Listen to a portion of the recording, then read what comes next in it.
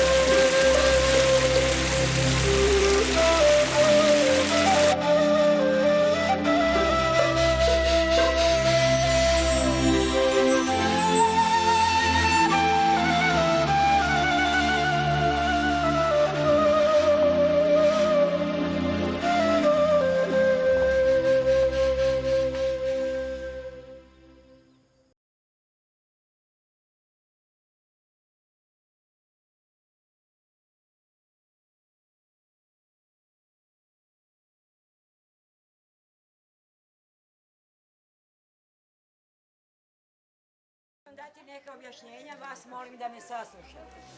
Vukova kuća i sve ovo ovde okolo što vidite, sve je to obnovljeno i oživljeno kako je bilo.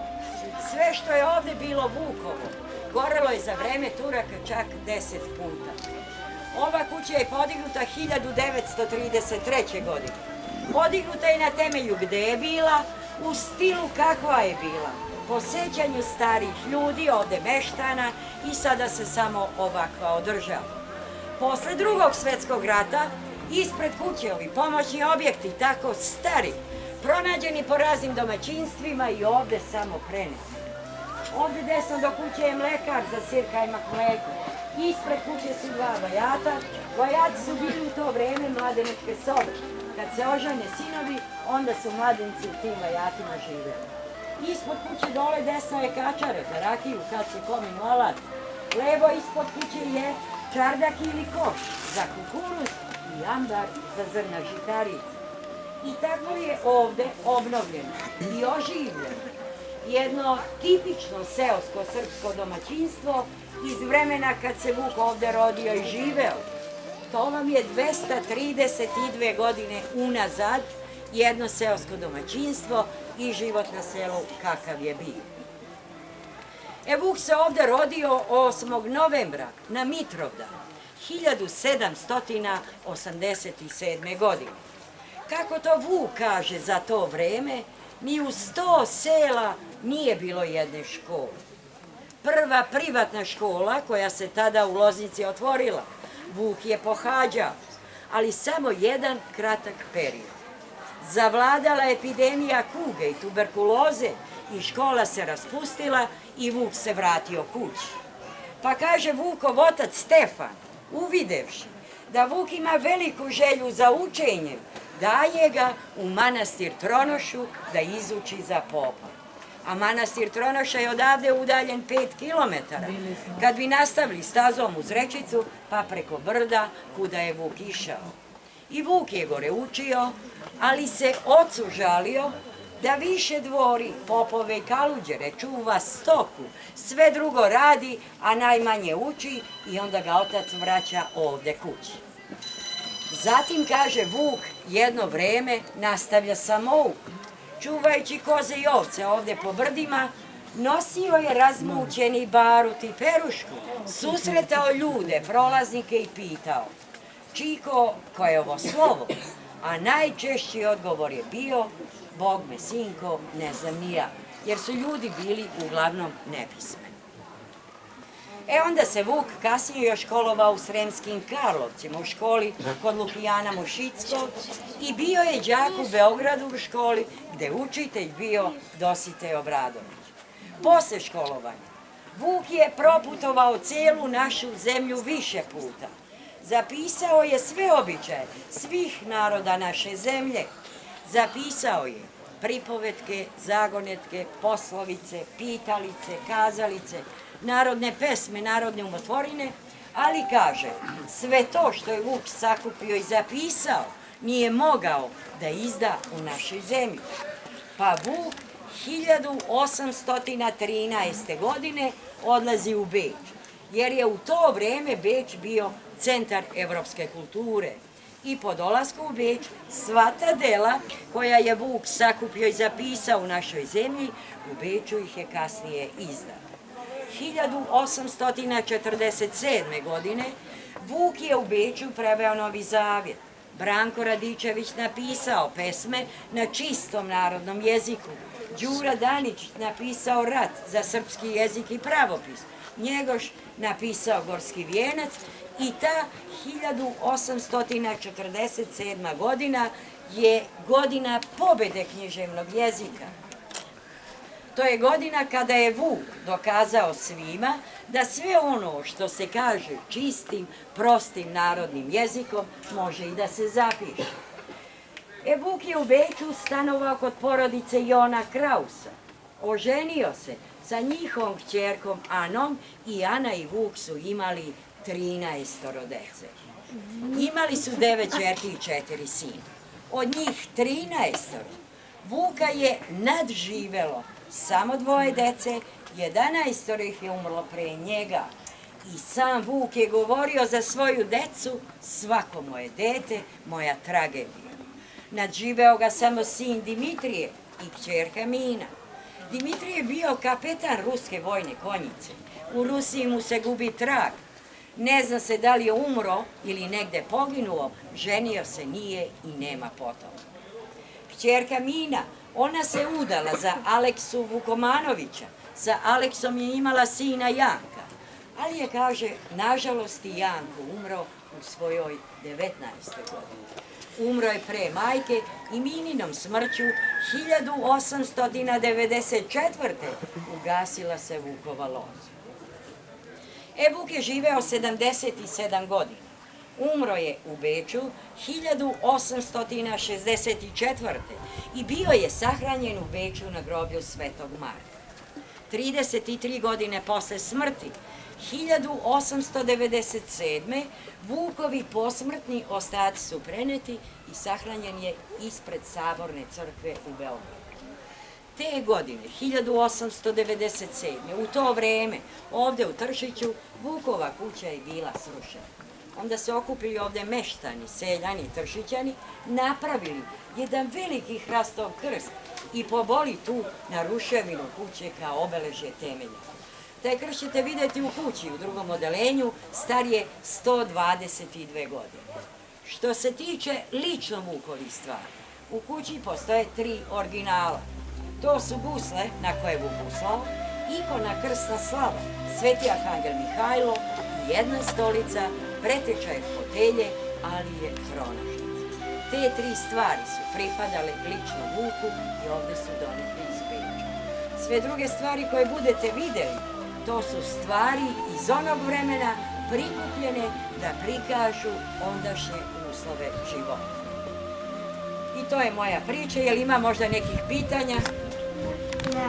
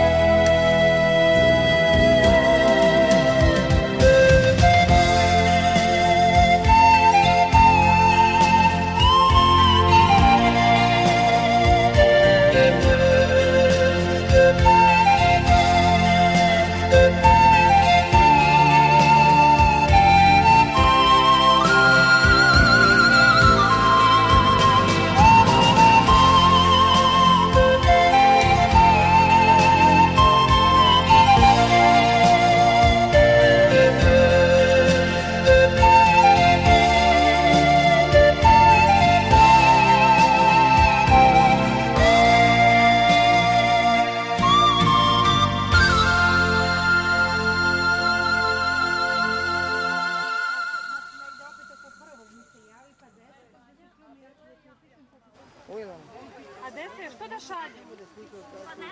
Pa ne šaljem, nego ajde... Evo sad.